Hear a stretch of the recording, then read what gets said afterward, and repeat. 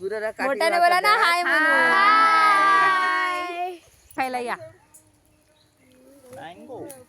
ती माझी बारकी वहिनी, हा माझा बारका भाऊ, ती माझी नात. पुढे बोल. पुढे गावी आल्यानंतर असे एकत्र यायला ना खूप मजा येते. एकत्र येऊन आंबे काढा, रानात जा, त्याची मजाच खूप वेगळी आहे. ही जी कलमाची झाडं आहेत ना, ती माझ्या आजी आजोबांनी लावलेली आहेत आणि आजही हे झाड आम्हाला दरवर्षी फळ देतं. तिचा आंबा इतका गोड आहे आणि पूर्ण भरला होता, त्यामुळे आमचे बाळा त्यावर चढून हे आंबे खाली उतरवतात, कारण खूप पेशन्स लागतं ते खाली उतरवायला. ही जी लांब काठी दिसते ना, या लांब काठीला ते असे जाळीदार लावलेले आहेत, त्याच्यानं अलगद आंबा खाली काढावा लागतो, तेव्हाच हा असा रसाळ आंबा मिळतो. ही बघा माझी वहिनी झाडावर चढते.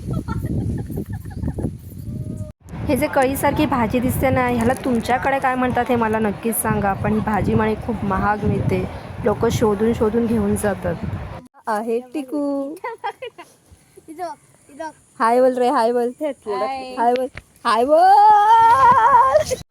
नंतर जरा बहिणीला मस्का मारून थोडीशी माझी फोटोशूटिंग कर ग, या झाडावरती बसून जरा पोज वगैरे देते. तिला आला होता कंटाळा, पण मी म्हटलं मला फोटो काढायचे, तू काहीतरी कर, आणि आमची कॅमेरा शूटिंग इथे सुरू झाली. आंबे काढून झाल्यानंतर ते घरपोचही भावाने घेऊन गेले. अर्धे टोपलीमध्ये वहिनी घेऊन जाते, इथे पिशवीमध्ये आई नेते, आणि अशा पद्धतीने आम्ही एकाच झाडावरचे थोडेसे आंबे काढून घेतलेत, बाकीचे आम्ही नंतर काढणार आहोत. त्यामुळे आजचा व्लॉग तुम्हाला कसा वाटला, माझा फॅमिली व्लॉग, ते मला नक्कीच सांगा, आणि आवडल्यास लाईक, शेअर आणि सबस्क्राईब करायला विसरू नका. बाय.